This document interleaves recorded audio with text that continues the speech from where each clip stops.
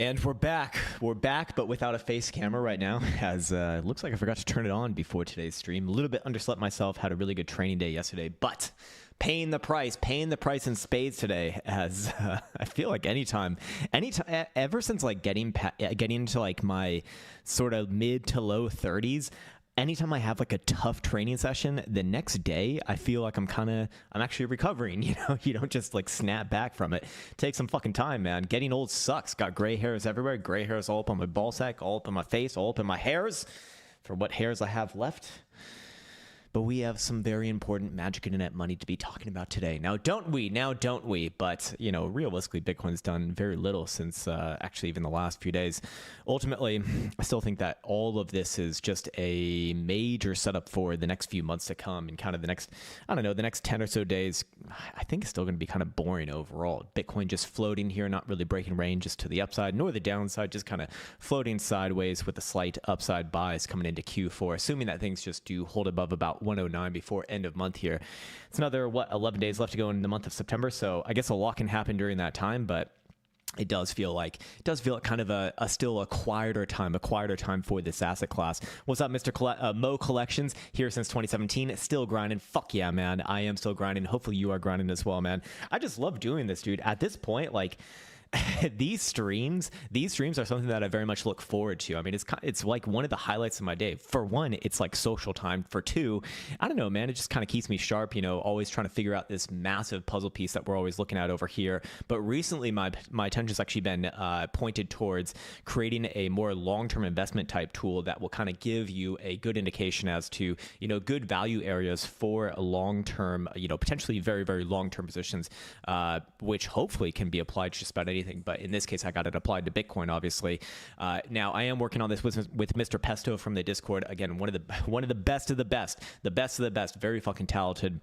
And I think we're going to be able to release this relatively soon. I'm actually going to include it as a part of the Crowns Trading Bible whole program. So anyone who has that will get access to this at some point. But we still need to tighten it up a little bit. You know, it's still, I feel like I still need a little bit more time to test it out. And but overall, you know, it's in a pretty good place right now. So perhaps we'll start to reference this going onwards and forwards, just because I do think it can provide a really good insight for very, very long-term positions. And obviously you can manipulate a lot of the inputs within that can make it more of like an active, you know, an active accumulator, if you will. But, you know, of course, it's going to come down to your preferences. So I really wanted to make that open-ended with him, because naturally we all have different preferences, you know, fucking obviously, right? Anyways, spewing vitriol from Queensland, Australia. That is much too of a high quality word for any sort of Australian to know about. Just kidding, man. But James Cavill says, I became LGBTQ HIV after years of watching Crown. That's right, man. You actually get AIDS and you turn gay. It's amazing. It's fucking amazing.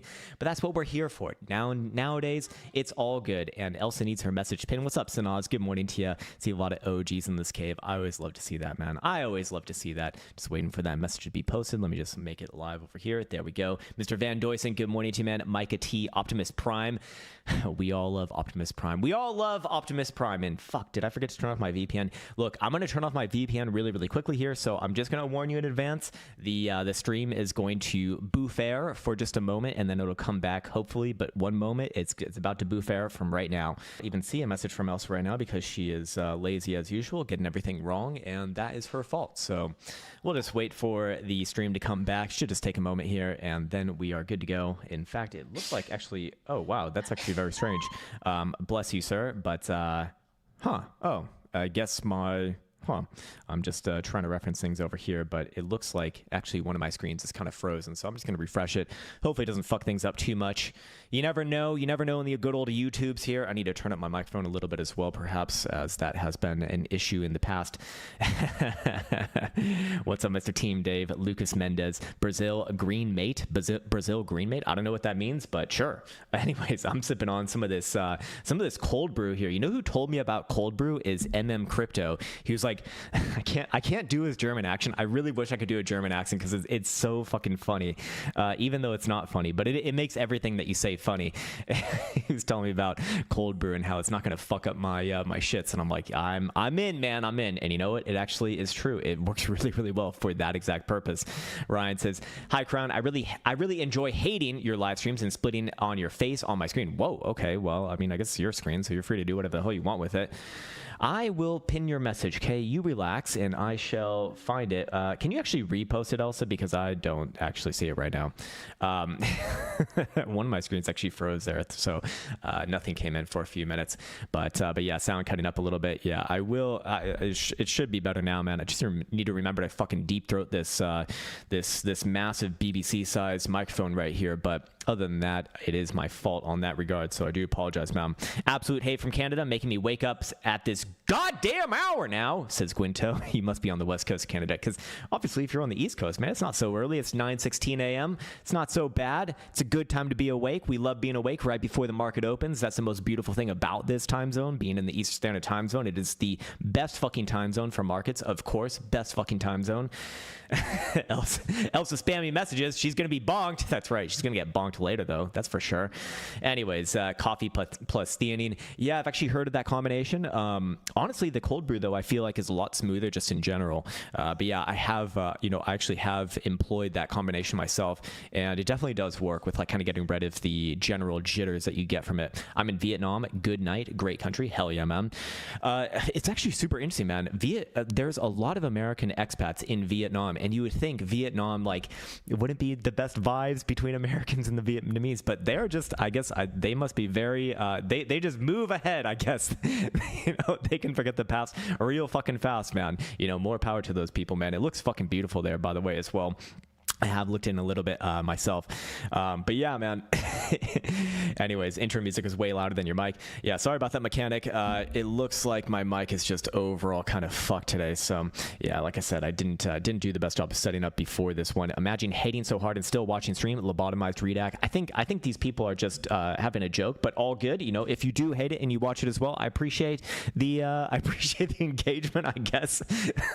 There are definitely some people who hate it, by the way. I will tell you this, Martinez, there are absolutely some people who just fucking despise me, and like they probably wish that I'm dead, but they will watch every second of every video and then make like a Twitter post tagging me. I actually see this stuff sometimes, and they'll make a Twitter post tagging me of like 2 seconds of a 20-minute long video, or like a fucking 2-hour long stream of something that I said that is taken out of context and is obviously wrong, and then they're like, "See, you're a fucking idiot." I'm like, Jesus Christ, man, you must have listened to every little last second of this, because this is just such a random point in a video where that's not even about that to begin with. Just a random comment, and you want to focus on that. Like, hey, more power to you, man. If you want to use that as your time, giving me some engagement, that's amazing, man. I appreciate it. I really do. But I fear for what's going on in your head, man. I also fear for you in general, man, because you're like the kind of person from last week, shooting people that you disagree with. Fucking calm down, man. Calm down. It's not good. If sound is cutting out on the viewers and then close YouTube completely and reopen, it should be fine now, honestly, man. It really should be fine. But I can just double check. Maybe I have a really aggressive compressor or something on here right now. Let me see. Let me just turn it off. Here's what I'm going to do. I'm going to turn it off and see how much this fucks it up. So let's see. That might actually be a little bit too loud. It's clipping right now. But yeah, let me know if this is a little bit better. It might be a little bit shaky, but like I said, it's the best we can do for right now, unfortunately. Wow, audio is really that bad. Okay, if it's cutting out every 3 seconds. Okay, some people say it's great. Some people say it's fine. Some people say it's a real issue. It seems to me like most people say that it is fine. So okay, is it destroying your ears? Yeah, I think it's fun. I think it might be. I'm blaming your computer, man. Fucking buy a new computer. It's time to go. You need a new computer. They're very, very inexpensive nowadays. It's all good, man. Okay, it is better now. All right, yeah. There you go. Blow out those eardrums. We need to all get blown as well. It's good for your health, man. It's good for your health. Anyways, all right. I'm gonna finish up some more of this coffee. Get a new computer, you cheap bastards. Yeah. I'm actually using a computer that's kind of considered old now myself. It's a gaming laptop from 3 or 4 years ago. It doesn't even have a fucking video camera on it. Most computers have a video camera on it, but This one's actually, it gets the job done, man. I can play my extremely nerdy third age mod for Total War from Medieval 2 Total War, which was literally a game that was made like 25 years ago. It's the fucking best. I've just started a new campaign. I am trying to raise the Northern Dunedain to their former glories as Arnor. It's very difficult, though. Very, very difficult. But I think I can do it. That's my favorite thing to do, man. Is play these old-ass fucking games. But let's take a look around markets just really quick. I haven't really done too much of this morning. Just want to see where traditional markets are at. Of course, we'll go over Bitcoin as well. But traditional markets, I mean, Jesus fucking Christ, man. We've been bullish on this for a long time. I just don't see anything not bullish about being at new all-time highs. I mean, this is a beautiful breakout after more or less to be honest, a really short correction here. I mean, this was basically from February making new highs in June, about 6 months away. Yeah, there was a big drop off in between there, but ultimately I look at this as more or less painless because you come down almost immediately, you go back up almost immediately. Yes, this is a weekly chart right here. But again, man, I just love to focus on these long-term charts when I'm looking at especially traditional markets, because look, when you're long-term investing, man, that really is the name of the game, is just staying in the fucking game. And whenever you get one of these major drop-offs like this, that's your chance to put some in, man. That's your chance to put some in. And hopefully I was vocal enough background here coming off of that low that, hey, this is, at least in my opinion, it's a good time to go back into the traditional markets or put some more money at work in traditional markets. I usually don't say things like that because I don't like to come off as like I'm telling you what to do, but I will be happily telling you exactly what I'm doing. So I thought that was like hopefully rather clear in that regard. Triple Qs or NASDAQ right here, same shit, man. Same shit. I mean, just down, almost painless, very, very quickly, back up, almost painless. I mean, could you ask for a better fucking market? That's a real question. I don't know, man. I don't know. That's why I'm kind of a little bit on edge, a little bit skeptical about, the Fed changing course in any which way or, any new person coming in there, because honestly, for all of the shit that gets slung from both left and right side, you know what typically happens no matter who's president? The market goes up into the fucking right. The market goes up into the fucking right. It doesn't fucking stop. That's typically what happens. Yes, there was a bigger slump during Biden's period, but honestly, that was destined to happen, regardless of who was president. Maybe it would have been a little bit less painless. I don't know. But ultimately, coming off of the COVID, rally, of course, when you have an epic rally like that, you are going to naturally be followed by an epic dump as well. So it just is the name of the game. So anyways, I feel like this is day number 1 million of feeling like I have the very strong, very, very strong need to shout at the top of my lungs. If you live in the Western world, you are living in a period of fiat debasement. You need to own assets if you do not want to get left behind while your fiat currencies continue to dwindle every little day, melting every little day by a very small amount, but it adds up over time of its purchasing power. The only way to survive is by buying assets. The best assets to buy have been over the past 10 years, tech assets, technology-based assets. Bitcoin, in my opinion, is more or less a financial technology, and it is pretty damn good in that regard because it doesn't just cover for inflation, it actually beats inflation. Yes, there are other good options as well, absolutely. But of course, on a channel like this, we do like to focus on that. But if you do want to just get into traditional markets, I mean, shit, man, like, yes, there will be drawdowns. So you have to, you can only put into the market money that you can afford to lose, but generally it will go up and to the right, and it is the best way that we have right now to actually protect purchasing power. That is just the way that the system is, man. That's just the way that the system is. And by the way, I'll be releasing a video. I don't know. I'm deciding whether it'll be best on Saturday, tomorrow, or Sunday about long-term tax optimizations. It probably sounds really boring to people. But honestly, I've spent so much fucking money. I've spent so much fucking money consulting with like tax professionals, tax lawyers, tax this, tax that, tax strategists about how to do this. And I feel like I just need to disseminate this information because I understand most people do not have the resources to invest in these sort of services and consultations. And there are things that almost anyone can do that will severely reduce your tax burden and, more importantly, set you up later on in life with actual investments, and that can be extremely useful. But one thing I to absolutely say at the outset, just before getting into any of it, avoid financial advisors. Avoid financial advisors at all costs. Look, you can outperform almost any financial advisor by just buying the fucking major indices, okay? That's your big secret right there. Holy shit. Yes, you can outperform them as well. If you really want to make this, your full-time job and you really want to like go fucking balls deep, but for probably 90 to 95% of people, if you have another job and your time is limited, just do that. You're going to do fine, okay? You're going to do fine. You don't need to get cute with things. It will be okay. It'll be okay. Get what the hype says, AI, tech, and crypto. Yeah, I mean, that to me makes the most sense. That's what's been gaining the most, and actually not just keeping pace with inflation, but also actually outpacing inflation and creating real value. And that makes sense, man. I don't see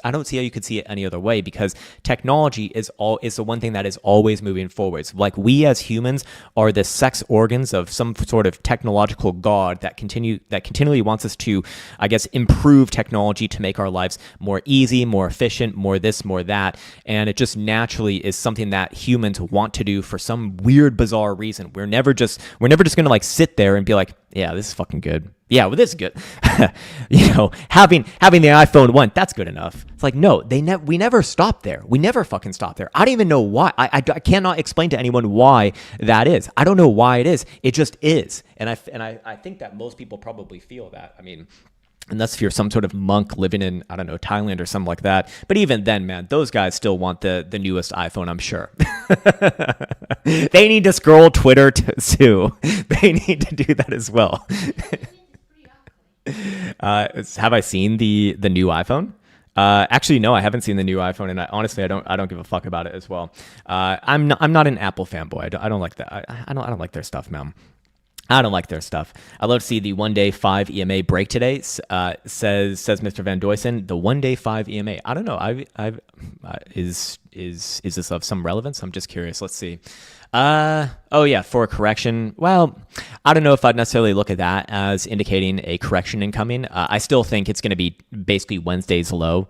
So that would be 114,800. But I mean, if you close below the 5 EMA today, is that significant? It can be an early indication that, yeah, we will see a correction a little bit lower. But I think the correction that would be worthwhile, would be valuable, implying that there's going to be much greater downside, a decent, potentially even investment opportunity, would be if you come back down again below that Wednesday low at 114,800. If you do that, close the daily below there, then yeah, I would be very happy to say, hey, Bitcoin is in a corrective stance here. Get ready to see, below 110 most likely. And overall, that's going to be very likely an opportunity for Bitcoin believers, but that would indicate that we're going to get a pretty decent correction from here. But until that happens, man, just I don't fight the fucking trend here, man. Don't fight the fucking trend. Let's see. I'm seeing some pretty interesting comments here. Tim B says, Crown, do you know how TED Talks Macro is doing? Actually, I haven't heard or seen anything from him in a long time. I don't know, maybe he just quit being on social media. I was never like super close with him, but we would chat every once in a while, and seemed like a really good guy. Just haven't seen him around, so your guess is as good as mine, man. Dad Racket says, we are creative beings that long to create ourselves. I guess. I mean, if that's what we're doing with fucking AI and robotics, at some point we're just going to combine the AI and robotics, and then soon enough you got Robo Crown hanging out with you on these streams. But I don't know. I guess that'll be interesting in and of itself, because then I can have my own little robot friend. Actually, I'm gonna be very down with that. Replace Elsa as well with Robot Elsa. Do whatever the fuck I want all the time. It'll be amazing. Anyways. Android is much easier to exploit. Most pen testing software is geared towards exploiting Androids. Fair enough. I don't know anything about that, but I don't know. I haven't had any issues myself, so Perhaps, knock on wood, perhaps I'll be regretting that statement very soon. You never know, man. You never know. I'm shorting Lafufus. What the fuck is a Lafufus, man? Bitcoin bear moon on the weekly. I don't think it's there just yet, man. I think I actually was looking at this earlier because someone referenced it in the chat pre-stream, and I think we're getting close. But right now, yeah, we are on day number 12. So these things come around every 14 or 15 days. So it should be Monday. Yeah, about Monday.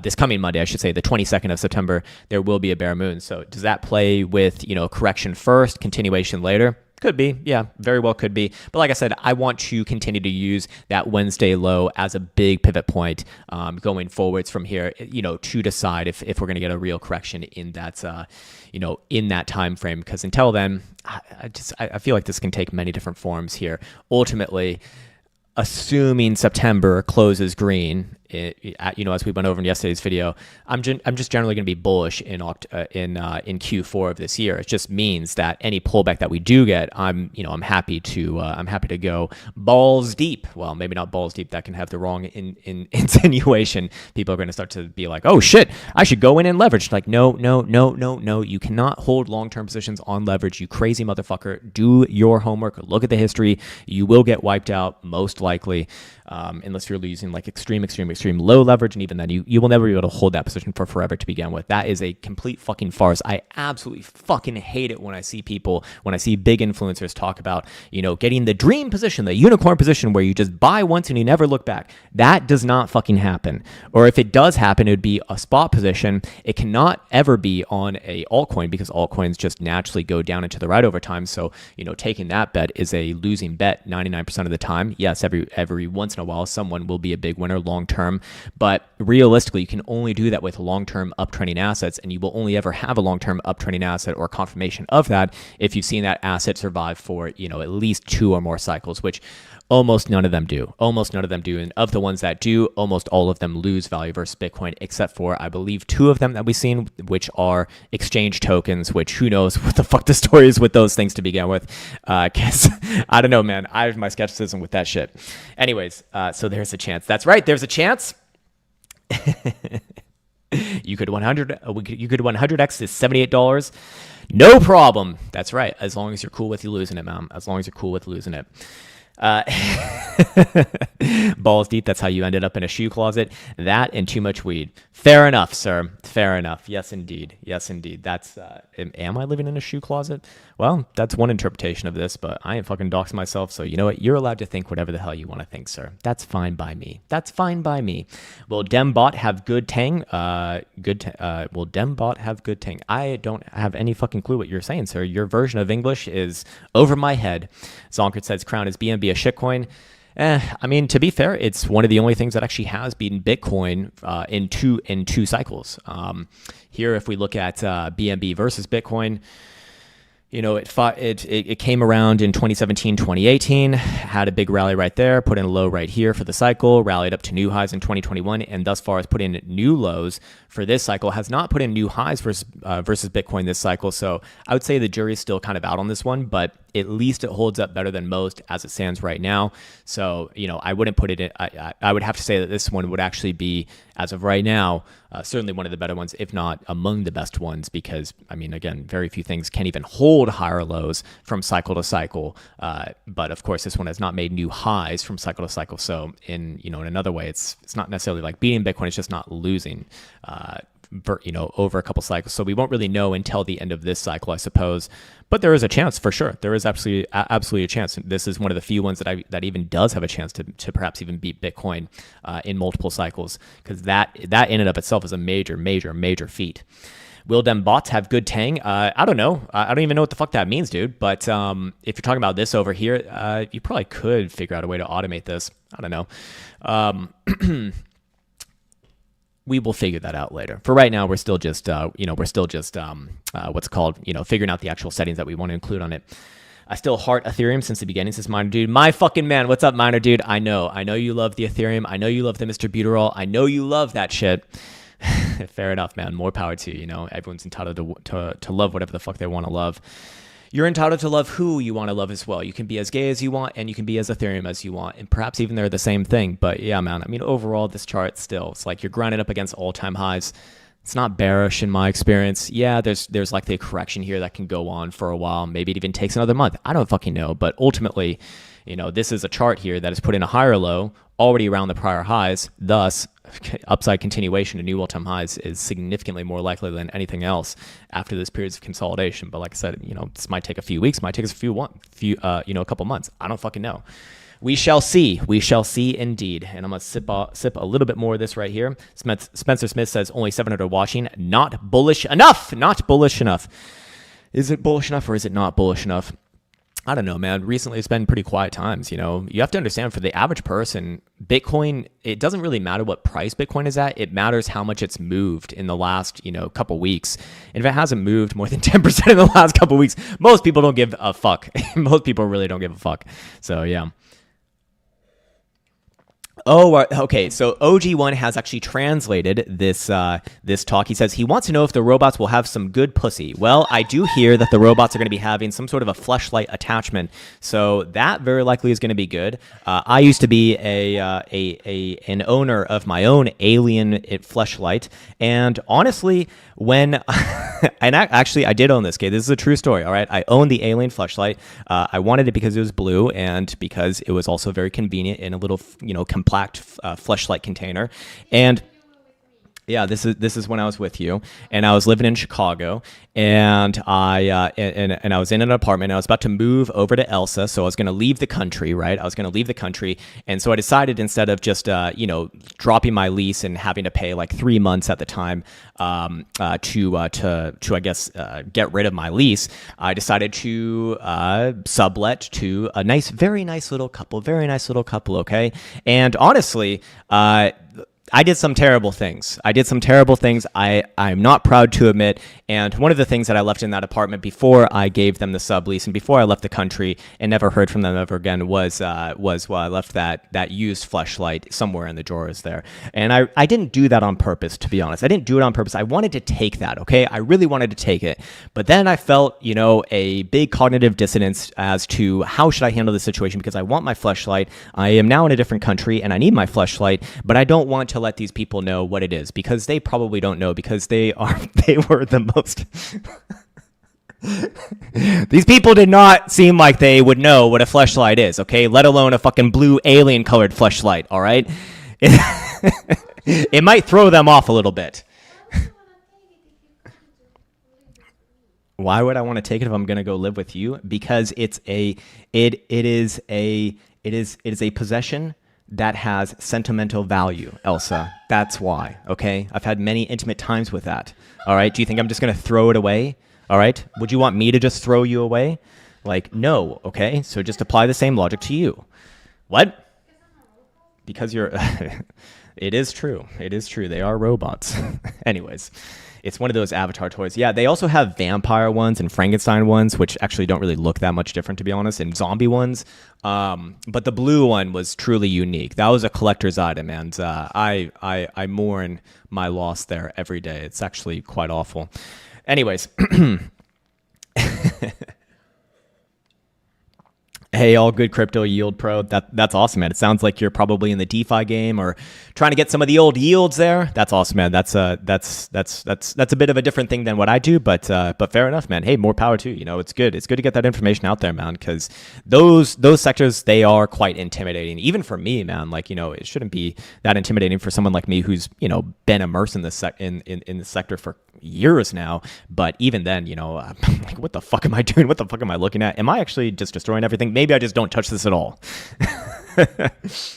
Anyways, Bob Jones says, alien fleshlight, ? Pics, lol. Sir, did you not hear the story? I left it in that apartment. It is still probably sitting there somewhere when they think that it is maybe some sort of a fucked up flashlight that is lacking batteries. Anyways, let's talk a little bit about Bitcoin in terms of price action analysis. I don't have a whole hell of a lot of new stuff for you today, but there will be a couple of new things. Anyways, looking at Fridays a little bit weighted in terms of of positive closures versus negative closures since this bull market began in 2023. Again, we care most about percentage gain and percentage loss for those Fridays. For the green Fridays, we've seen an average gain of just over 2%. For the losing Fridays, we've seen an average loss of 1.67%. In this case, if we were to play out the downside of that, that would give us a nice little range boundary at around 115, 150. That is actually a very interesting area. To the upside, still looking around about 119,500. Again, if Bitcoin approaches one of these ranges, which in my opinion, if it's going to be today, it's likely going to be to the downside, if any side. But if it approaches any one of these ranges, you should get a bounce off of it on the first pass. Again, the second pass is a completely different story. But for those quick short-term time frame scalpers, just looking to get in and out of positions, you have seen this play out so many fucking times. In fact, actually on Wednesday, this was a beautiful one right here. So it did wick off perfectly off of that bottom average range low. low. So for the people who did take that scalp, that was actually a big fucking winning scalp. I mean, these are not supposed to be like massive trades, to be honest. But yeah, moving over here, I do want to focus on the weekly for CME because today is the weekly closure for CME. It's also the 5-day and the 10-day, but CME is right at kind of a major sort of decision point, which would essentially drive my bias as to, are we potentially going to see a correction in the short term, or are we going to see continuation in the short term? And as long as Bitcoin is above that median on CME, which it makes it so fucking difficult right now because it's nearly exactly on it. It's nearly exactly on it. It's 116,500. Bitcoin is 116,420. Great number, but technically a little bit below it as of right now. But as long, if Bitcoin finishes the weekly above there, again, it does give a bias towards just upside continuation, just that sort of up and to the right floaty action. I don't think we're going to see anything like super, super crazy in terms of volatility, but just, stair stepping it up to the upside. What's up, Fibbo Swanee? I see you over there, man. Good to see you, man. As always, guys, check out Fibbo Swanee. He's one of the OGs of OGs, and I don't know, man. You always have to give credit and massive respect to anyone who's been in these markets for, I believe he's been in the markets for more than 20 years now. I mean, that's an accomplishment in and of itself. Anytime I meet someone like that, I'm like, damn, that is awesome. That is fucking awesome. It's not easy to do. Anyways, looking at it right here, 116,500, a bit of a bouncing point in the short term. If Bitcoin closed below there, I think it does open up the doors for maybe a short-term correction. Maybe that plays in alignment with the corn moon, with the bear moon coming in on next Monday, typically indicating a corrective period for Bitcoin. But still, man, for me, the big indication of a real correction in the short term is not necessarily going to be that. Yes, that can be perhaps a good early indication, but I wouldn't be running specifically off that. It, for me, has to absolutely be Wednesday's low of 114,800. As long as you're above there, up and to the right is the name of the game. You just let it float. Just let it do its thing. The second that you come back down below Wednesday's low at 114,800, especially closing a daily dildo below there, then yes, it starts to look a lot more like the next couple weeks into the end of September will be corrective. Again, do not confuse this with mega massive bearishness. I'm not talking about Bitcoin reversing to new lows and shit like this. No, but a correction, bringing Bitcoin down maybe as low as 95,000 to 100,000 bucks would very much be in the cards. And ultimately, I do think that would be a major, major, major opportunity for potentially some long-term positions. Probably one of the last opportunities before, this last Q4 push to the upside, because assuming Bitcoin does push to the upside in Q4 and does close out September green, which all it needs to do is close above 109, I am really starting to lean towards that being a parabolic time. Now, Fibbo Swanee's probably in the comments right now. He's like, finally, motherfucker. And I'm like, look, I get there a little bit slower.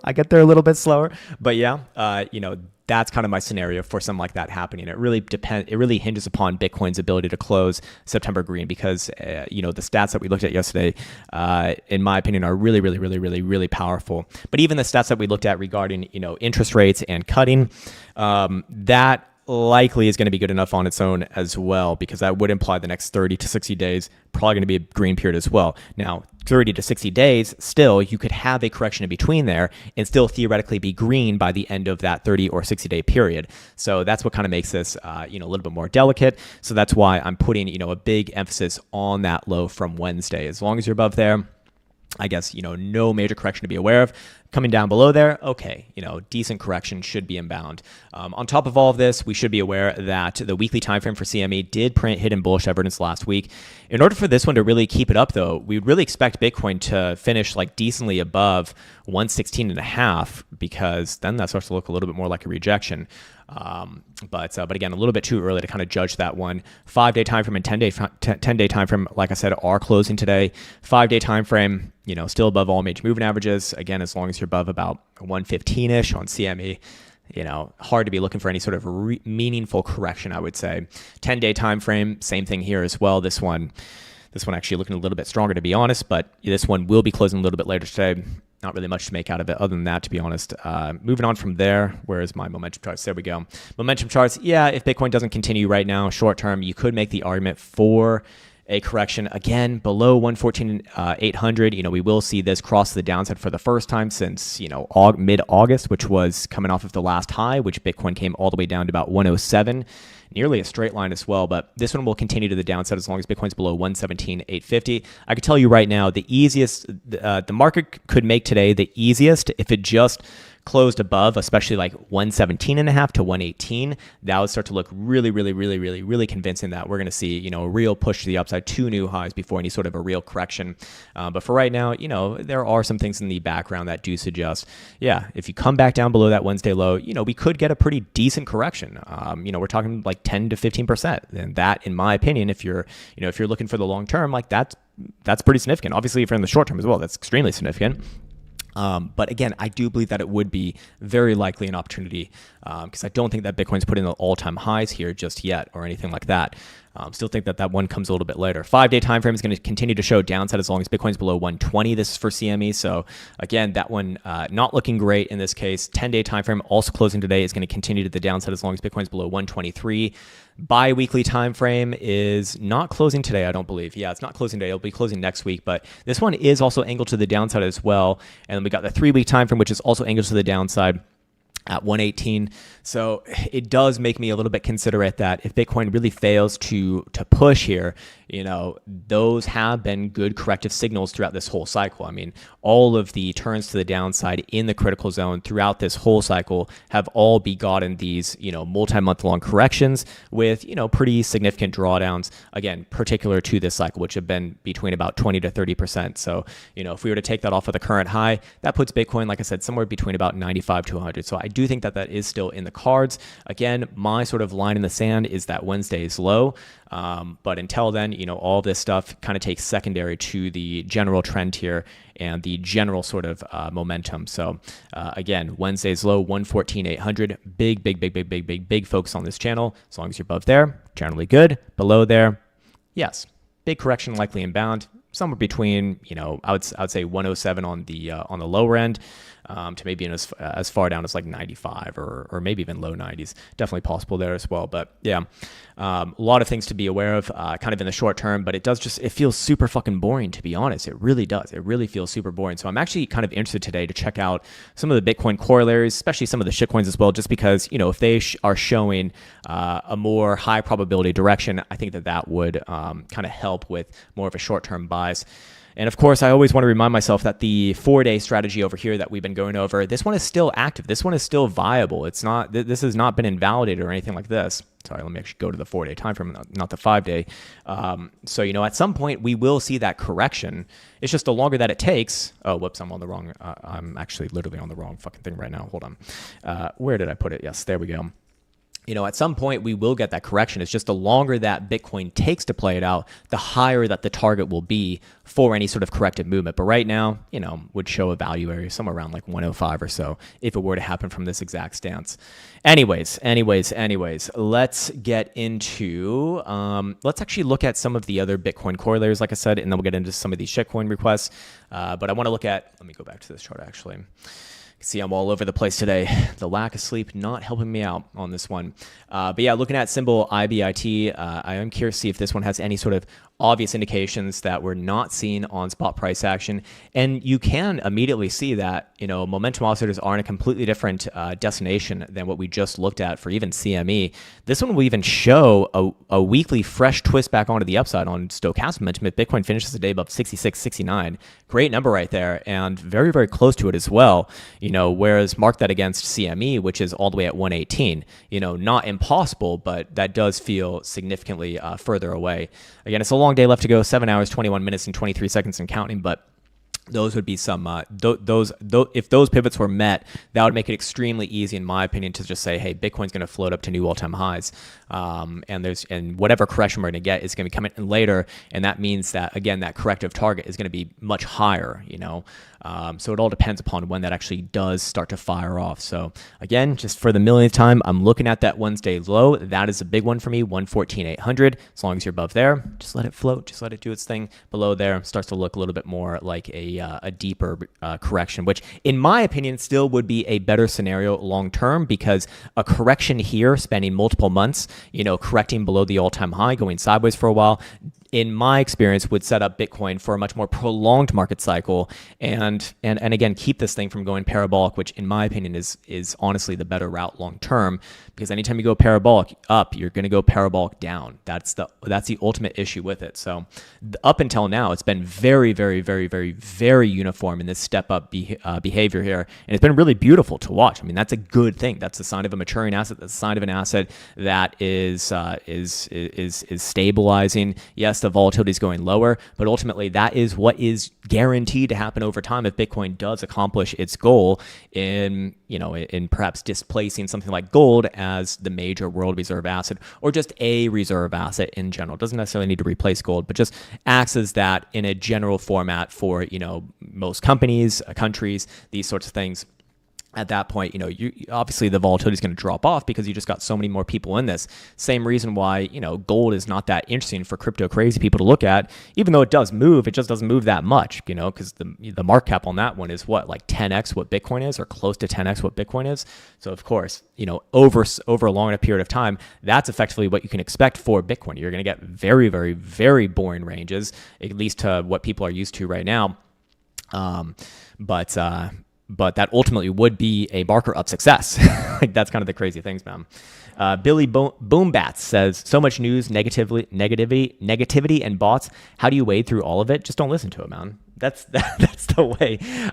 Look, how do you deal with the negativity? Look, it affects me too, man. Like when I saw the events of last week with the Ukrainian getting stabbed, that one made me cry, because like I just imagine that girl like sitting on the fucking train. She comes here from Ukraine, to be safe. She comes here, she's like trusting everyone. Seems like she was a pretty progressive person as well. She sits down on a train, not really expecting anything, and then she just gets stabbed, and like there's a bunch of people around. No one fucking like no one even says anything to her. I mean, what the fuck? Like seriously, what the fuck? Like that was inconceivable. And then a few days later, I mean, Jesus Christ, man, Charlie Kirk gets shot as well. Of course, it depresses me too, man. It's negative, but the only way to get rid of it is just ignore it. So it's like, should we ignore those things? I don't know. I really don't know, man. Because they do hold importance, but at the same time, it's like, can I do anything about that? I can't stop those events from happening, obviously, but I can, live my life in a way that hopefully reduces that sort of conflict in my immediate vicinity. So I think that's that's ultimately the best way to handle it. And do you really need to know about those events in order to live your life that way? Technically, no. Although it does definitely add context. It does definitely feel like, your actions really do matter, and there is value in that. So yeah, man, it's something that I struggle with myself. Yeah, it's rough. It's fucking rough, dude. It's fucking rough. But as far as the bots go, I mean, the bots are pretty easy to kind of figure out who's who. I mean, they typically say things that are pretty, uniform and kind of silly. Seems many are struggling in the economy, but economy news and market seems attached. Yeah, you know what? Okay, I'll say here, I have a very terrible obsession with watching like these financial disaster videos. I don't know why. Maybe it's because I've experienced financial disaster myself in the past. But I'll watch these guys like Caleb Hammer, and it's so hard not to watch, man. But hearing, people's disastrous situations and how, there really is a cost of living crisis, I suppose, especially if you're maybe in like the bottom 30 to 40% of, of earners in the US. It is fucking difficult for sure. But from what I understand, that is still actually not representative of everyone. If you do look at the stats, actually still most people are still doing okay. And realistically, the people who are focusing on those negative news, they are kind of siloing themselves off. They want to present a picture that things are worse than technically what they are, because the data is quite clear. But again, I'm not saying that those people aren't struggling. They are, and it's getting worse because inflation is something that does kill those people the most, and it's awful. That's why I really want to be having my message on this channel. Like, look, whatever money that you can afford to lose, put it in assets. I would suggest the best assets for beating inflation, not just keeping pace with it, are going to be your tech sector, and maybe hard assets like Bitcoin or other, major commodities. Those could be good options. Again, do your own research, blah, blah, blah, blah. But understand that if you're not doing that, every day that you hold your dollars, every day that you hold fiat currencies, they are declining in their purchasing power. Literally every passing second, they are declining. That is what inflation is. We do not have deflation. We just have disinflation, meaning that the rate of inflation is going down. That does not mean that prices will go down. Prices will continue to go up. They just go up at a slower rate. They just go up at a slower rate. And I've really been red-pilled with this since the Rona times in 2020, because before then I was like, no, none of this shit matters. Like, these people just have limiting beliefs, and they're just not focusing on what they can control. And in a way, yes, that is true. That is true, absolutely. But at the same time, when I realized that the power of my dollar in purchasing terms had gone down about 50% from 2020 to 2023, 2024, that's when I started to realize, oh shit, that is the game. That is the game.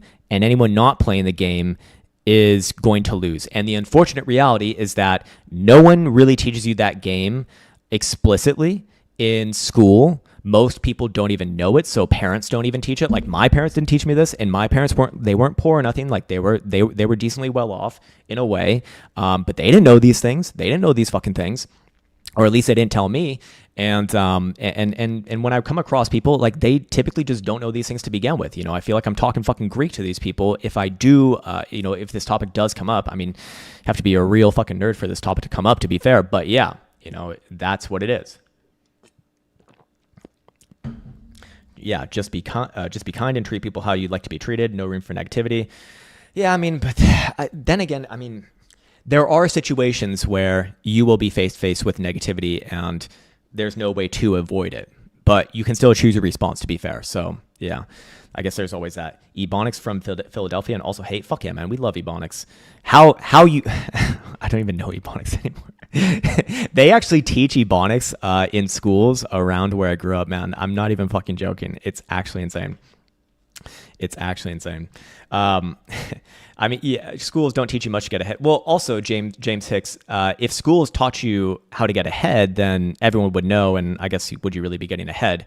But then again, no, we could all play that game with getting into hard assets and learning tax optimization. So that could be a bigger step up for everyone. It blows my mind that these things are not taught. Like, why would they not want you to know that? Or maybe it's because they don't know that themselves. Maybe they have their own agenda, especially teachers. Like, talk about ideologically captured people. A lot of them are fucking teachers.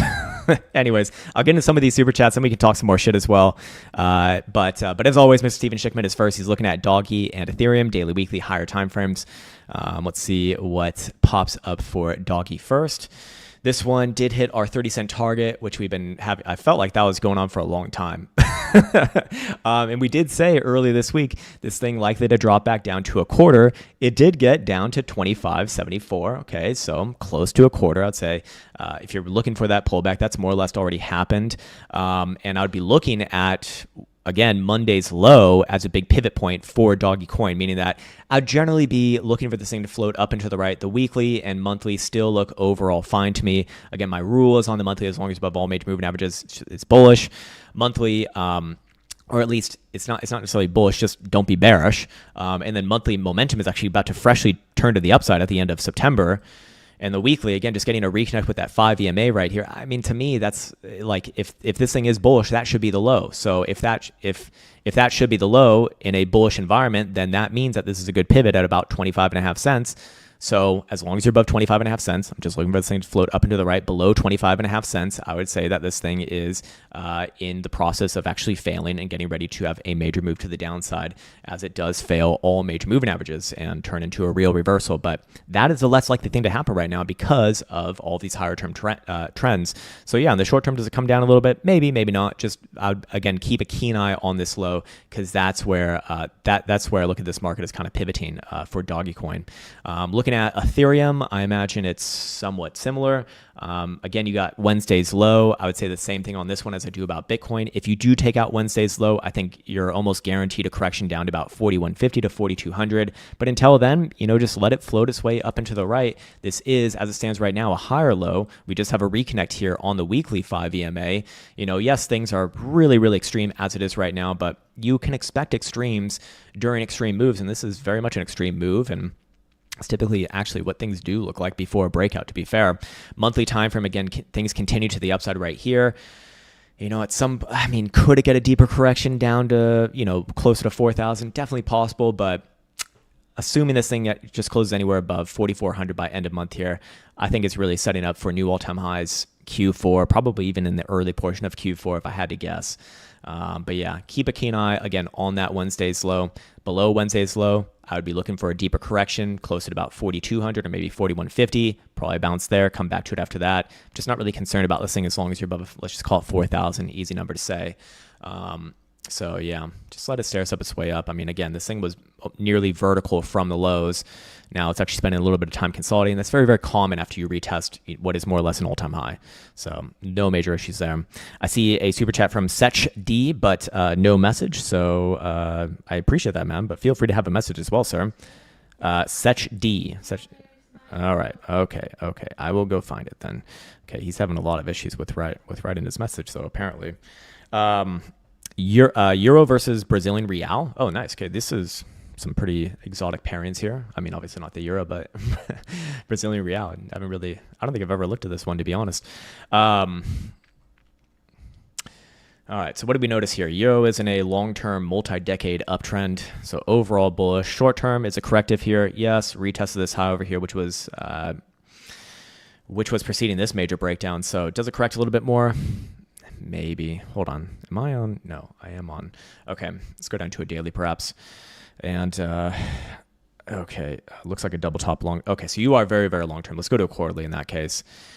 Is this a double top? It is a double top, but I don't look at that as likely to produce a major reversal. I look at it as likely to do something like this over here, where you get top number one, top number two. You get a pullback from that top, very common, but that pullback gets picked up at over a long period of time and then marches on to new highs. Could this thing come lower than where it's already at? This might even be the low already, to be honest, around 620. But if it does drop lower, if it does fail that number, then yes, I could easily see this thing coming down to like 593, 594 region. But still, I wouldn't necessarily get too bearish on it, because generally when you reach a prior high, you almost always break that prior high given enough time. It's just you pull back on the first pass.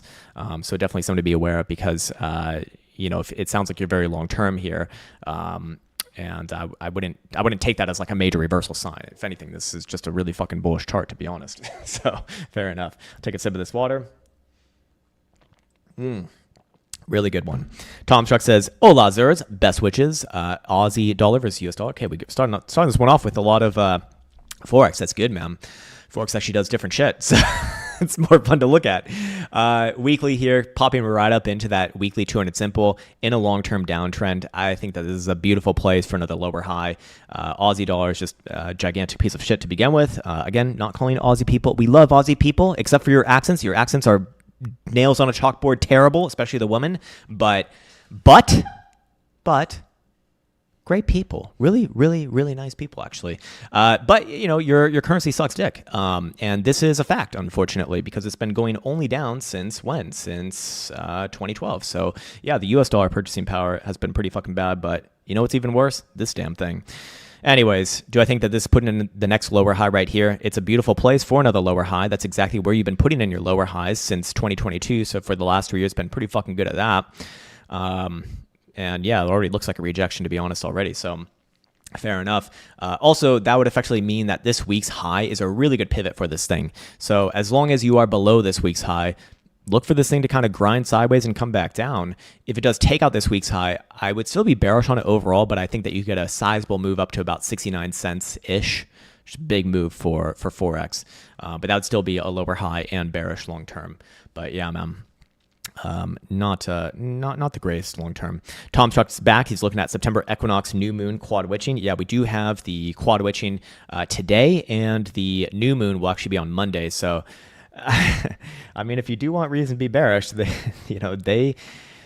if it's going to start next week, makes a lot of sense. That's for sure. But like I said, for me, I need to see an objective price level being taken out before I lean into that as an executable action. And again, that's going to be Wednesday's low, 114,800. You're looking at Tron versus the Bitcoins. Let's see what this one's doing.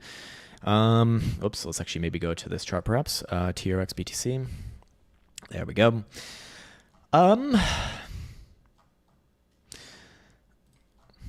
What time frame? Okay, weekly. I actually, it's going to sound crazy, but I'd actually be bullish on this thing, to be honest, man.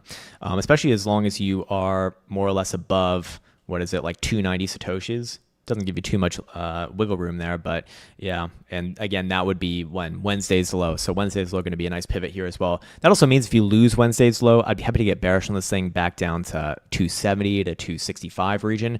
But until then, man, I mean, this is actually a relatively constructive, not super impressive, but it is definitely there, an uptrend right here, over the past, like 6 months or so? Yeah, about 5 to 6 months now. So ultimately, I'd be respectful of that. Consolidating above all major moving averages is not a bearish thing. So I would actually be biased towards this thing continuing up and to the right overall. But again, I could be easily influenced to change my opinion on that. Again, if you do come back down below Wednesday's low and close below there. Until then, though, give this one the benefit of the doubt, at least for right now. So yeah, Crypto Rect RD is looking at the BERT coin. All right, let's see what this one's looking like. Bertram, the Pomeranian, and it rhymes. So, it's probably real fucking good, right? Real fucking good. And to be fair, it has actually had a pretty good rally since April. So for the past 5 months, it has made new highs with the market, which is a good sign. So if you're going to play any sort of gigantic pieces of shit, this one's, I guess, not the worst one to do. And again, we have another chart here where effectively this week's low is a big pivot. As long as you're above this week's low, just let it play out as trend. Below this week's low at 4.9 cents, then you got a problem. Then you got a real potential for a reversal here. So that would be this low right here. So it's actually Sunday/Monday's low, not Wednesday's low for this one. This one's a little bit different, to be fair. But if you do come back down below there and close the daily below there, that's why I say, hey, okay, this thing is actually reversing. It's likely going to do what most shitcoins do, which is go down and to the right for forever. But for right now, let it play out its pump period. A lot of these things are more or less shooting stars, to be honest. But yeah. And then of course, to the upside, your big breakout area is basically Wednesday's high. This is kind of opposite of most charts, to be honest. 7.5 cents or so is the big pivot right there. If you break above 7.5 cents, I'd be looking for this thing to retest prior highs, make new highs, more likely, 10 to probably 11 cents, honestly. But yeah, that's the big pivot. To the downside, 4.9, to the upside, 7.5. So what are you looking at right there? You're looking at, you got all these amazing meme coins, these amazing fucking meme coins. More power to you, I guess, if you want to play fucking shitcoin roulette. But anyways, useless on the daily. I would say in this one, yeah, Wednesday's low is a good pivot. That is going to be what, 209? Or sorry, Jesus. Almost 21 cents there. Just looking at the price action pivot. If you do come back down below there, and by the way, momentum is pointed to the downside right now. So there is a real good chance of that. So if you do come back down below there, close daily below there, I'd be looking for this one to actually, I think that this one turns into a major reversal. I mean, you do have a daily downtrend now. You got high, you got low, you got lower high, lower low, lower high. If it comes back down here, same lows, have to have a downwards bias. Again, shooting star formation, just up to the moon, then back down to the doom, back down to fucking Hades where it belongs typically. If I had to call on something like this, I'm generally going to be biased towards meme coins failing their rallies, obviously. But if you want to be objective, take out Wednesday's low. It just looks like your third lower high in a series of lower highs. Typically, lower high number 3 is where trouble starts to really, occur from. So yeah, that would be very, very, very, very ugly if that did happen. And then you're looking at EIGEN, or EIGEN. Did you know that's actually how to say yes in Hungarian? I think it's that. Is there any Hungarian people here right now? I actually lived in Hungary in Budapest for like a summer one time for a few months. It's really, really fun. But I believe it was EIGEN. IGEN is yes. I think that's it at least. Anyway. like dumb American, just talking shit. Anyways, looking at this here, you know, anytime you test a prior major high or major low for that matter, you almost always move in the opposite direction on the first pass. And in this case, you did just test that 210 high from way back in February on this swing high right here, and you pulled back from there. I think this one does spend a little bit of time kind of consolidating sideways and down, but overall, this thing should break out higher from here. So it depends really what time frame you're on. You went with the daily. I'm not sure how relevant a pullback here would be for you, but again, I'd be bullish on this thing actually, as long as you're above $1.50. Again, that Wednesday low. So $1.50, big. Until then, you know, does this thing float up to like 2.25-ish? I think it's definitely possible. But below that Wednesday's low, that's where I say, hey, now you got a real high, and this thing's going to be coming back down, you know, towards your $1 lows, maybe even lower for time. But for right now, kind of let it do its thing. Again, it spiked up and hit this high over here, you know, somewhere in this vicinity. You kind of do expect a more prolonged sideways consolidation. So do you get a worthwhile consolidation here before trying that upside move? That I don't know. I don't know if it even matters to you as well, given your time frame. But yeah. Anthony J says audio is cutting out every 3 seconds. I think that's probably old, so hopefully all good now. Go with Boris. What's up, man? Good morning, gents. Still in Brazil. Everyone loves Brazil. Everyone loves to be in Brazil. Hope everything's going well over there, man. Super Googly Lee says, sup, brother? What's up, man? Is there a reason I can't use degen leverage like 100x with isolated margin if I have a predefined stop loss when I enter a trade as long as my stop loss is above or below liquidation? I mean, in that case, then what's the point of using 100x leverage, right? Your risk is going to be defined by your by your stop loss. Your leverage amount isn't going to change the amount that you win or lose in this case. The only thing that matters for that on these crypto shit exchanges is your total overall contracts traded on any position. So whether you use 1x or 100x to get to that contract number, it doesn't really matter. So I don't know. Is it going to be okay? I would say more or less yes, because if you're managing your risk with an actual stop loss, and that's going to be before your liquidation anyways, yeah, not really going to matter, I suppose. Not really going to matter, especially on an isolated margin. So yeah, it wouldn't necessarily matter. Could you make it work? Yes. Are there maybe some very, very unique, rare edge cases where you might get fucked doing that? Yeah, but I would say that the probability of that happening is very low. So in your very specific case, I would say more or less probably going to be fine. Do I think it's really necessary to use 100x in that case? No, because you might as well just use cross leverage anyways, because you're managing it with a stop loss, right? So fair enough. But again, everyone to each their own, right?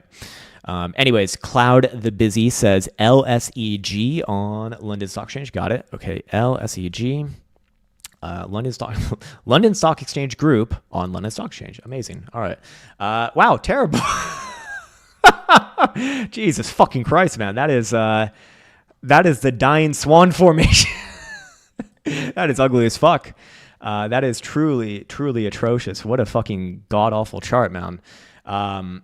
What happened here? Who died? Who got caught raping someone? Who's going to jail? Like, what the fuck?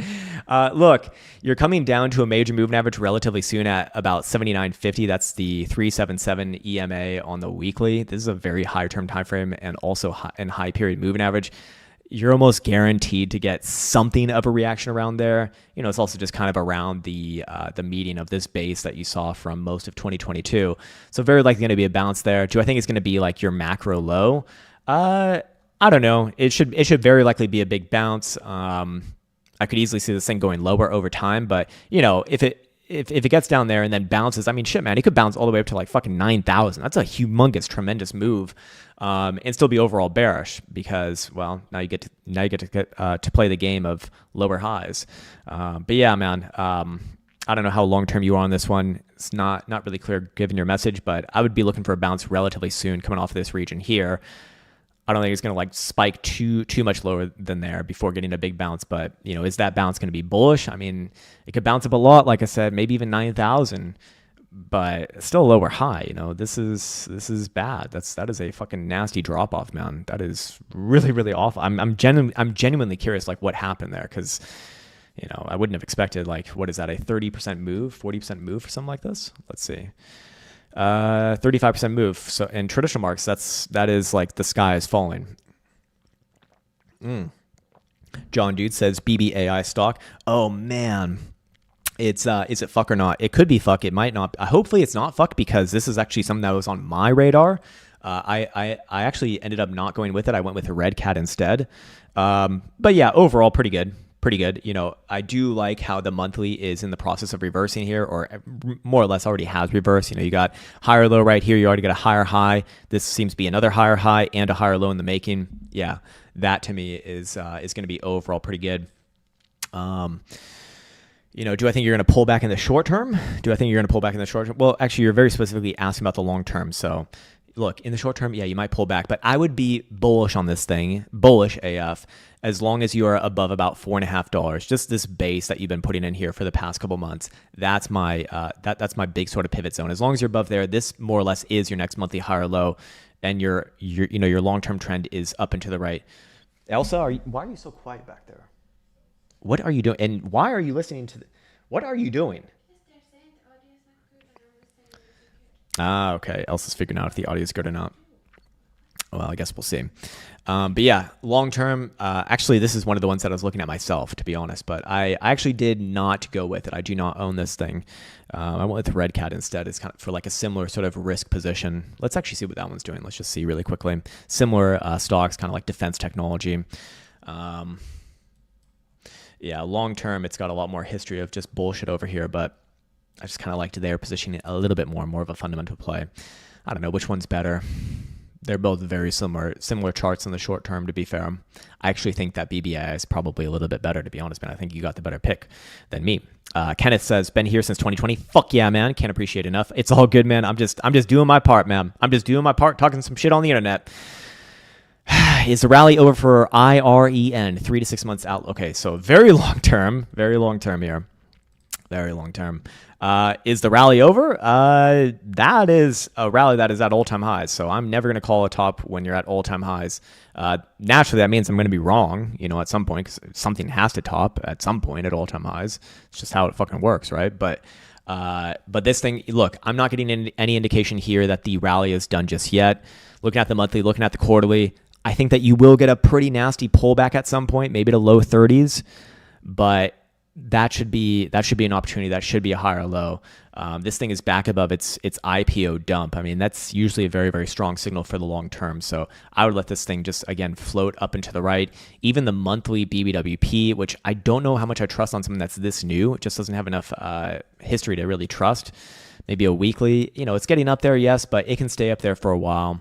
And I suspect that it will stay up there for a while, because, you know, even if this thing does continue and does top, you know, this thing could stay there for like 3, 4, 5 periods, maxing out BBWP and then playing out an actual reversal. But for right now, I don't really see anything in the short term. Like I said, you might get a pullback to $30 or so.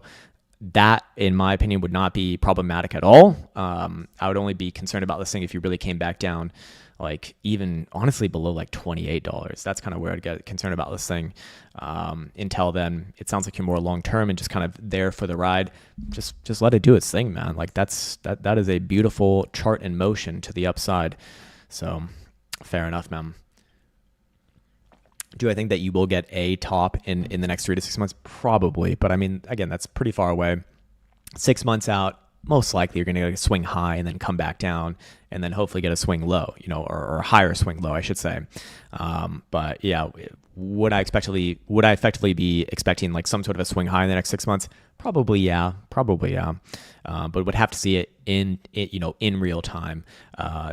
Guessing when that happens in advance is not something that I can do. Chris Vela says TAO daily weekly. Okay, so this is one of the earlier cycle shit coins here for BitTensor, amazing.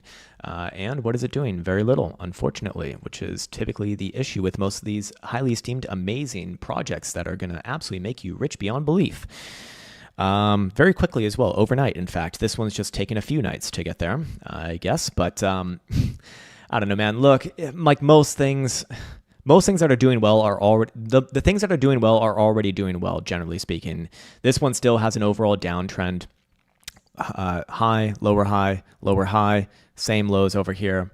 You know, maybe it gets a short-term rally. I don't know how long-term you are. If I even look at the daily, doesn't necessarily even look like that, to be honest. But I do see a good pivot here on yesterday's high at 373, 374. If you can get back above there, I do think that you put in another rally attempt, maybe around like 425-ish region. But getting bullish on anything that looks like this, just very, very difficult for me to do. The trend is down. It has not taken any part of this cycle, which has been massively bullish for several things, Bitcoin included. This thing has not put in any new highs. That's a fucking terrible sign in my experience. So I'd have to say, whether it's topping out here, whether it tops out a little, from a little bit higher in like the low 400s, I don't fucking know. Long term, the direction is down and to the right, man. This is fucking ugly, like very, very bad. Again, man, it's been around for the last 2 years, and during all of 2025, it has not made any new highs with the rest of the market. That is a very, very, very, very bad sign. I'm not saying it won't get its pumps every once in a while. Of course, even the shittiest of shit gets their one-off pumps, but they all fail. They all fucking fail. That is the issue with them. And the longer that you hold it, the more and more that it is likely to drift to the downside. Thus, it's like you have negative opportunity cost. The more you hold it, the more the worse it gets, or the worse it's likely to get over time. Straight past the take round, I'm seeing a $16 to $20 target on CLSK monthly time frame. Okay, so let's bring it up first, and then let's read through your logic here. You're seeing a $16 to $20 target based off of a monthly inverse head and derp. Okay, so where's your monthly herp and derp? I'm guessing it's right here. Left herp, head, right derp over here. Maybe, yeah. I mean, in this case, you're basically looking at this as your neckline, and if it's breaking above your neckline right now, then you should get back up somewhere around here, $18 to $20. Yeah, I think it's possible. When I go down to the weekly, though, I should say there is one major area where I would say, hey, if you are going to get a fake out and reversal, because hey, just because you have an inverted herp and derp does not mean you're guaranteed for these things to play out. They do fail. But if you're gonna mark off one area for a potential major fucking rejection, it'd be pretty much right here between about $14.5 to $15. If you're going to get a reversal and a fake out, that's very likely where it comes from. But right now, yeah, I'd be on the same side as you. And of course, with any sort of trade strategy and setup, there's always some sort of inherent risk. Because why? Because any sort of setup can fail. That's where I'd say, hey, I'd keep a keen eye on it right around there. Because if you're going to turn around, that's exactly where it'd come in from, at least from my opinion. So as it stands right now, I'd be on the same side of you. In fact, shit, man, I think that this thing could even trade a little bit above $20 because this would more or less be a higher low. And if you do have a higher low, I mean, this potentially is a reversal right here. Now, should I be calling a reversal before it happens? Hell fucking no, because this thing's only gone down since 2018. Again, it's been around in some of the most bullish of bull markets, and it does not act fucking bullishly. That's never a good sign, ever, ever, ever. But, if you do finish the month above, let's call it $14, you're basically there right now, then yeah, it's very difficult for me to not see this one stabbing up into the low 20s, let's say somewhere between 20 to maybe even $22, something like that, man. Yeah, let me take another sip of this water. Mr. Jan Salaman, he says, just watch Century of Enslavement, The History of Federal Reserve by James Corbett, and you know their agenda. Okay, sure, man. Look, I don't think that there's any nefarious things behind the Fed or anything like that, man. That's where I really disassociate from a lot of the people who might have gone very deep down the rabbit hole. What would be just think of it this way, man.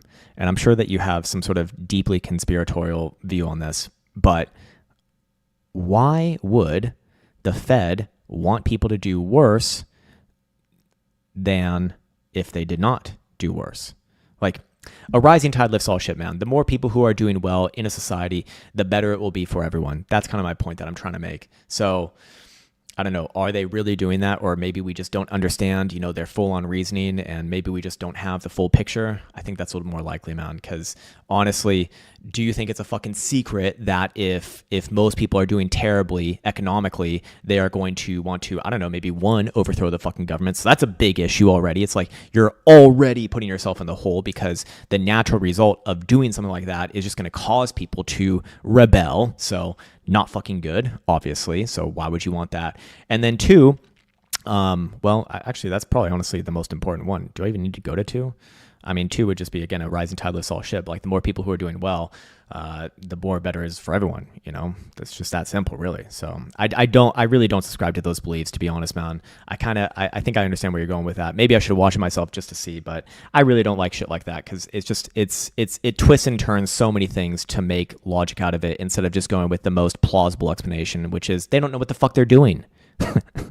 Like, people think that there's some sort of grand plan but behind many of these things, and honestly it's just incompetence. I mean, shit, man. Like, sometimes people will leave comments on my YouTube channel being like, Crown is obviously trying to get people to buy because he just wants to sell, and he obviously said this thing because he wants that to happen. And I'm like, maybe I just fucking got it wrong, okay?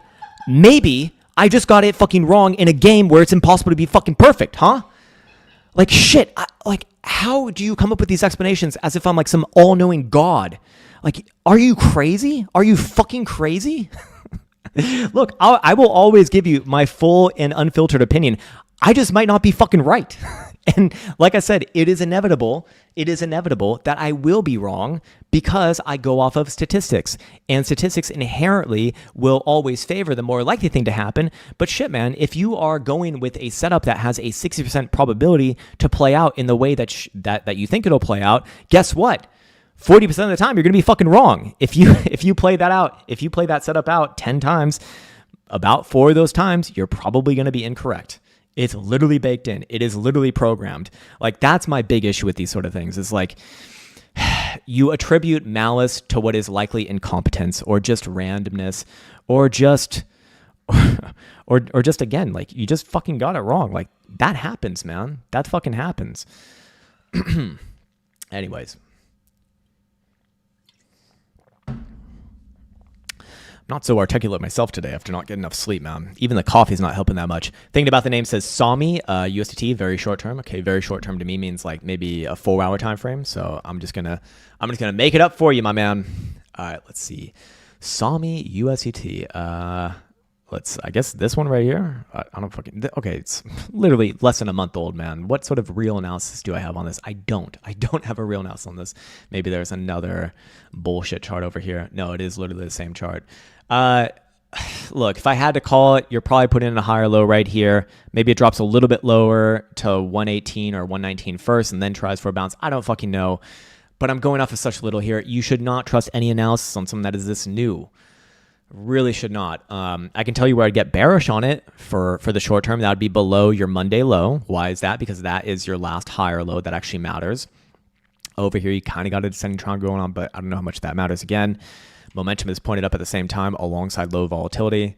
You know, do I think this one's more likely to pop back up to 140 than it is to come down to like 112? Probably yes. But hey, I'm going off of such little here that I would not stand by that analysis in any way, shape, or form. The only thing that I feel very confident on is if this thing did come down below that Monday low and close the 4 hour below there. At that point, I would be looking for this thing to have, you know, a pretty high probability move down below $1. And when I say below $1, I mean like 90 cents, maybe even lower. But until then, you know, it kind of has an uptrend here. It's very, very new. It wouldn't take too much. It wouldn't take too much of a sneeze to get this trend absolutely fucked. So yeah, man. Artie Wolf says Total 2 and Russell 2000 are close to all-time highs same day for the first time in 4 years. For both, significant. I don't know, man. If you're trying to draw a correlation between mid caps and literal shitcoins that are included in Total 2, I don't think that there is any carryover there. But maybe it is an indication that more people are going to, for like a risk on sort of thing. But even then, man, this chart is great. This chart is absolutely great. I mean, we've been bullish on this one for a few months now, but I don't know. Is Total 2 even the same? Hold on. Okay, so Total 2 is the market cap excluding Bitcoin and dollar derivatives. So this one does include Ethereum. And this one's also, this one also is bullish, to be fair. Is that significant? I would still treat them as different charts, but both of them good. Both of them very likely to lead towards new highs. Now the Russell 2000, I think is more bullish objectively. Total 2, if there is going to be a fake out, it would very likely occur this month, and you'd be expecting by the end of September this thing comes back down below that last December high of 1.64 trillion. Yeah, but until that happens, kind of have to be biased towards this one completing to the upside as well. Yeah, in the quarter, this is quite literally bullish here. have a hard time not seeing this one resolve itself to the upside. Again, that's just my personal opinion. Both of them are bullish. I don't think that. I'll just leave it like that, man. I don't know. I don't think it matters that both of them are bullish. It's just both of them on their own are bullish. I don't think that there's any real analysis that like, oh shit, maybe the mid caps are like the low caps from crypto world. I mean, again, remember, like when we're talking about total too, we're talking about mostly shit coins that have very low market caps, under 100 million, certainly, probably even for most of them under 10 million. That's not really comparable to mid caps, which are significantly higher than that on average. So, but regardless, both of these charts are bullish. Both of these charts are bullish. So it's like, I'm trying to answer your question. It wasn't really a question about chart analysis. It was more of a question about, is it significant? I don't know if it is. I would assume not, but both of them are bullish, so that's significant in and of itself is kind of the point that I'm trying to make. I don't know, maybe I'm just talking past the point, and it's not even helpful to begin with. So I'll get off that topic. Both of them I'd be looking at as bullish. that's where I'll leave that one. Ryan says GDP AUD GDP.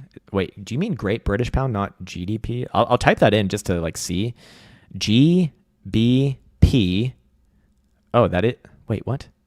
Oh, holy shit. I am absolutely redacted. Oh my God, I'm actually retarded today. That is a Great British Pound. And I, for some reason, did not understand that acronym. Oh my God. I'm losing it, man. I'm losing it.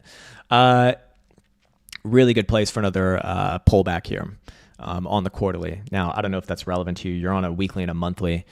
Still though, again, it's another one of these scenarios where you test a prior major high on the first pass. You almost always pull back. I think that you will pull back a little bit more, maybe close to about $2 even. Should try for a bounce around there, I'd imagine. Weekly time frame. Do you try for a short-term bounce first and then come down there? I don't know, man.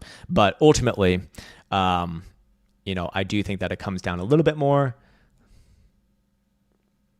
But it's still on higher low watch, man. It's not bearish necessarily. It's just, again, we have that scenario where you retest a prior major high. I think it's very, very obvious here on the quarterly. You test a prior major high. You're going to pull back from that. You've already gotten a pretty decent pullback. Can it pull back a little bit more? Yeah, I think so for sure. But overall, I mean, probably going to continue to the upside overall long term. Let's see. I'm looking for something that's like super obvious. Maybe is there anything with like more history? Okay, yeah, there we go. Okay, that makes a lot more sense. Yeah. So this actually does look like it's a reversal in progress to me. Why? Because you got 1, 2, 3 higher lows. You have a higher high here compared to the high from January of 2020. Thus, upside breakout is a lot more likely. But how far does it pull back first? That's a real question here. Maybe it's already done pulling back. I mean, shit. If I look at the quarterly, it is possible. If it does drop a little bit more, I mean, maybe it comes back down to like $2 even, something like that. But overall, long term, I think that this one does push through to the upside. Kind of a weird one though, to be honest. This is a forex pair that I really don't feel super confident on.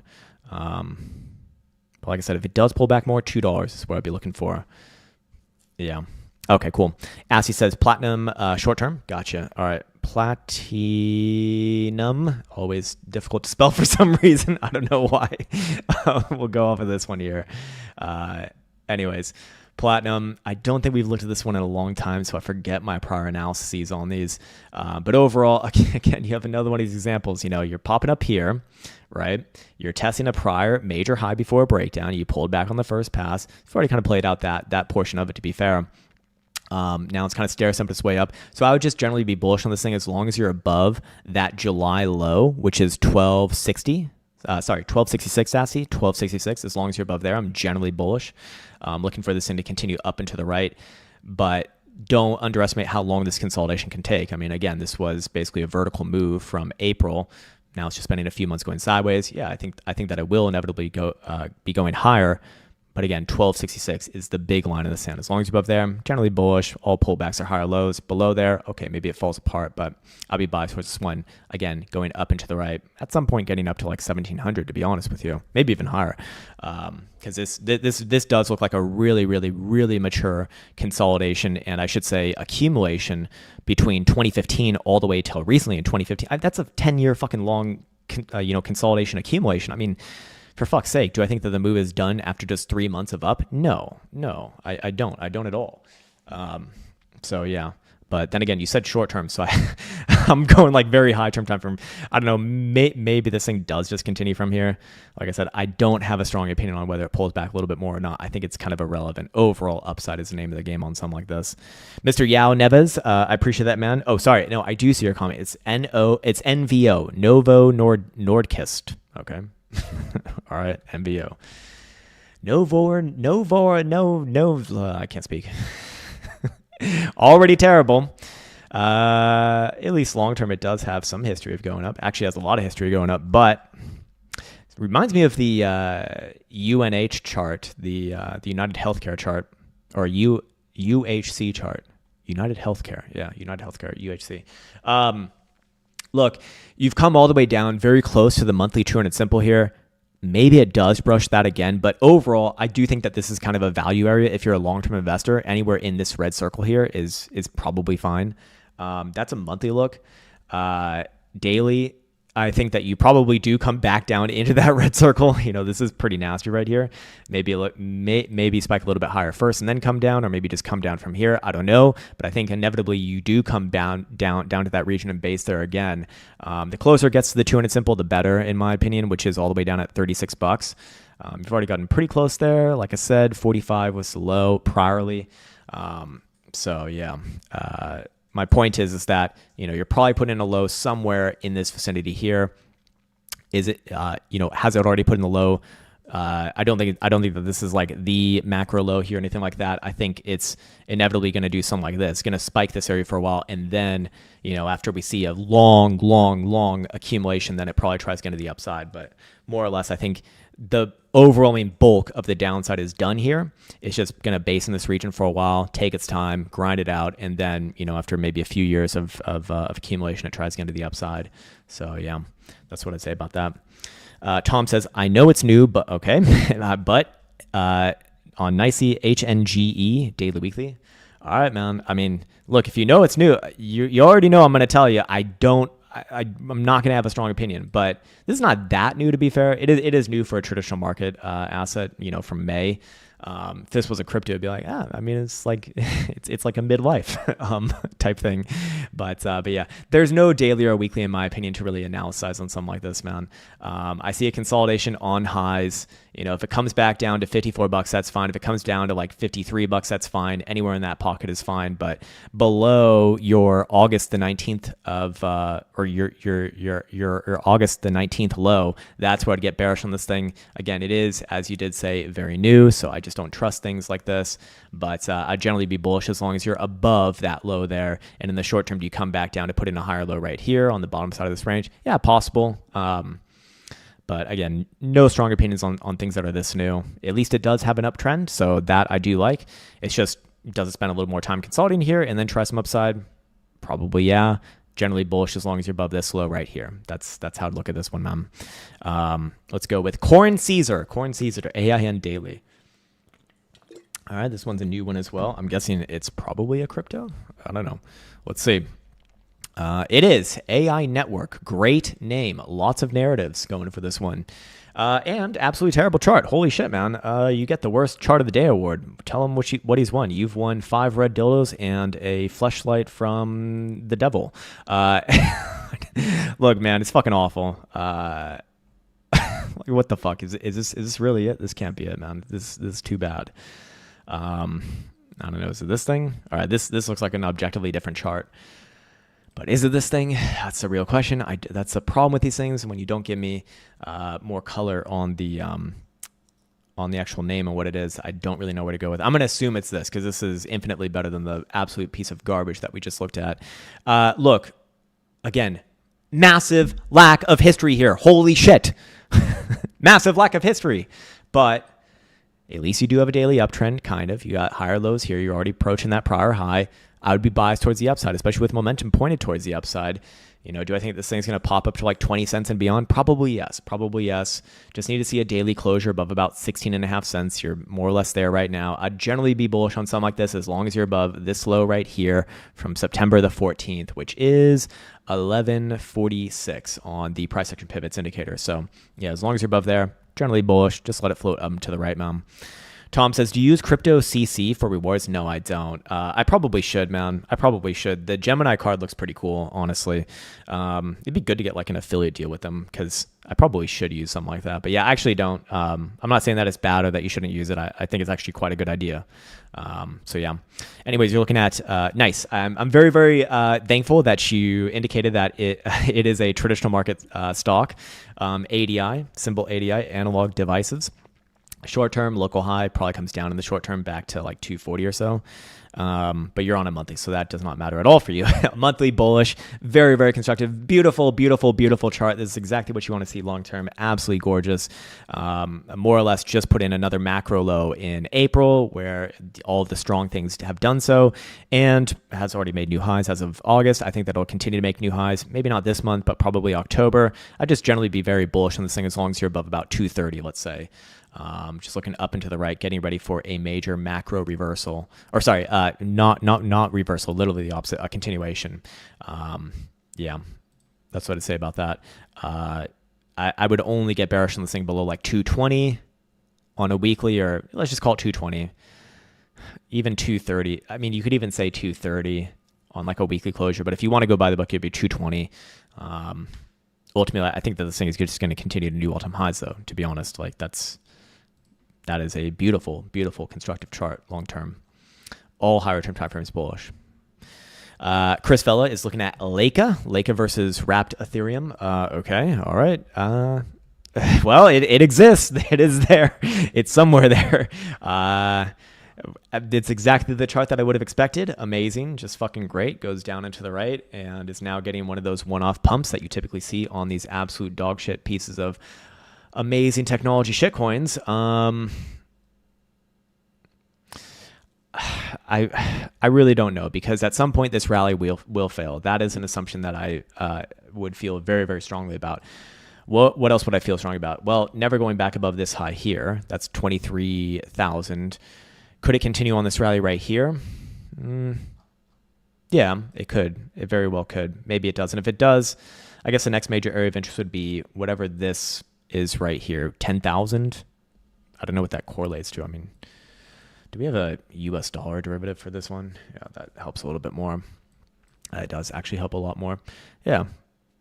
I don't know. If it does get another spike up, maybe 53 cents. I just don't trust this chart, man. At some point, it will fail. It will fail. This thing is not going to just green dildo back up all the way to $1 or anything like that. This is absolute garbage, man.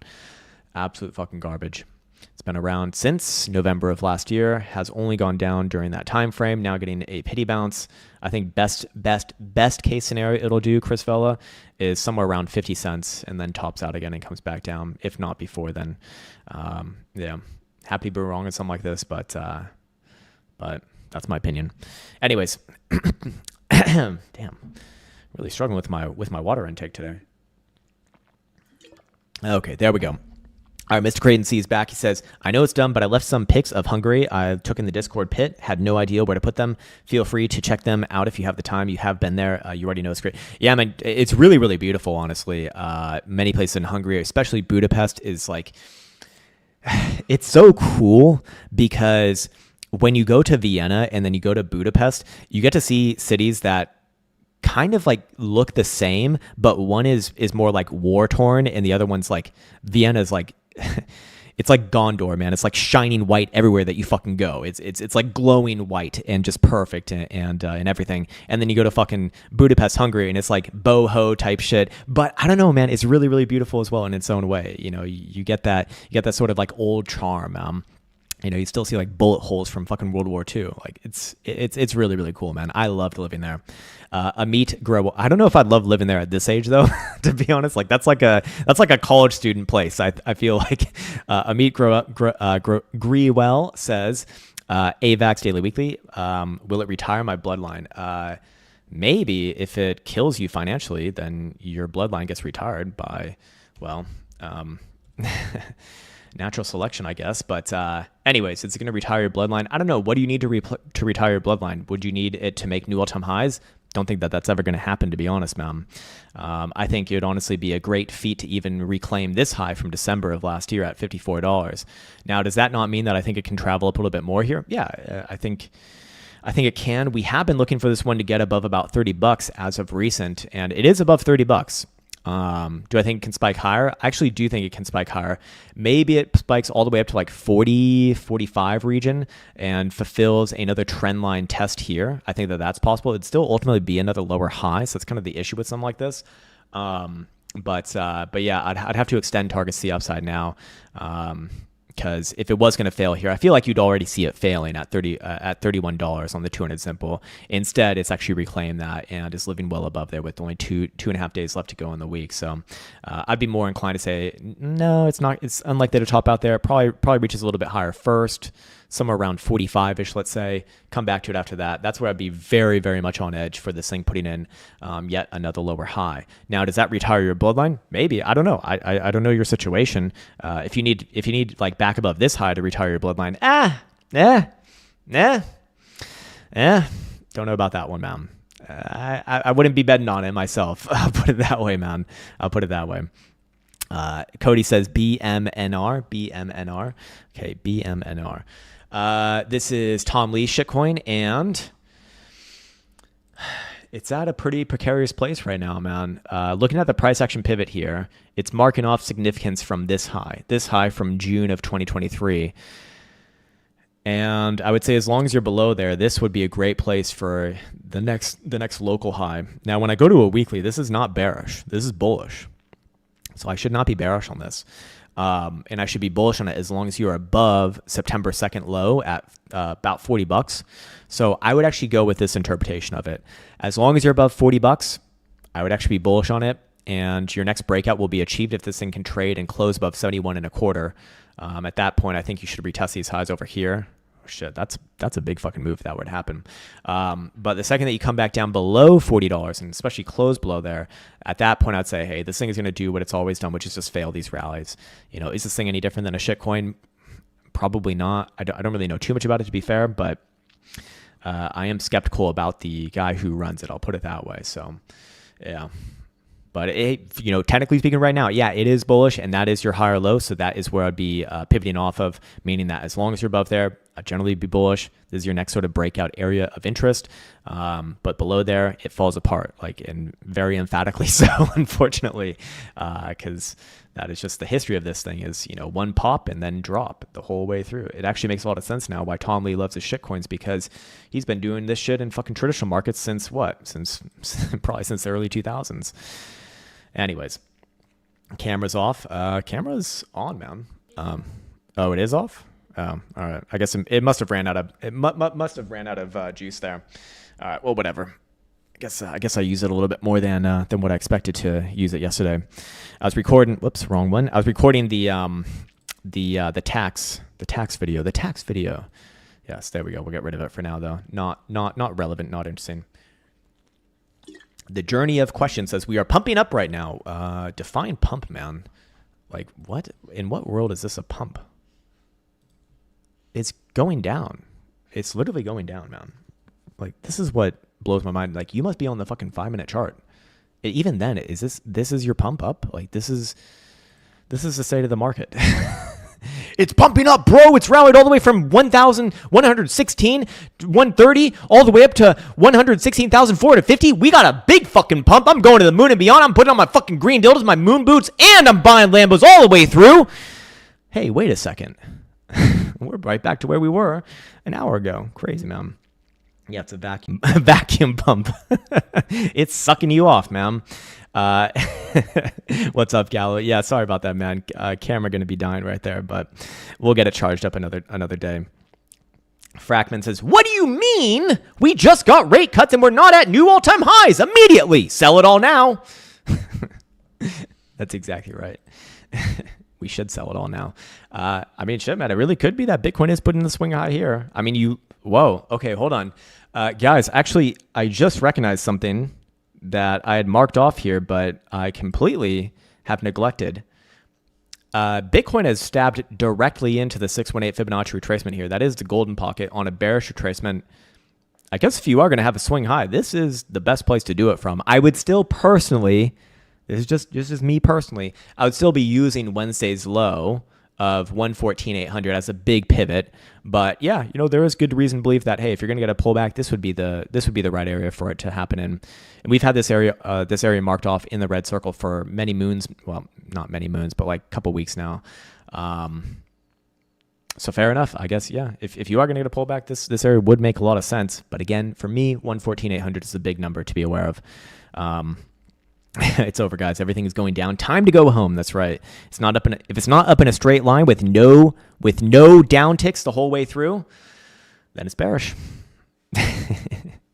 Mike's Mighty Mattis definitely is. Was staying on that side rather than pest. My Hungarian is a bit rusty though. It's a really hard language, man. It's one of the hardest languages apparently in the world.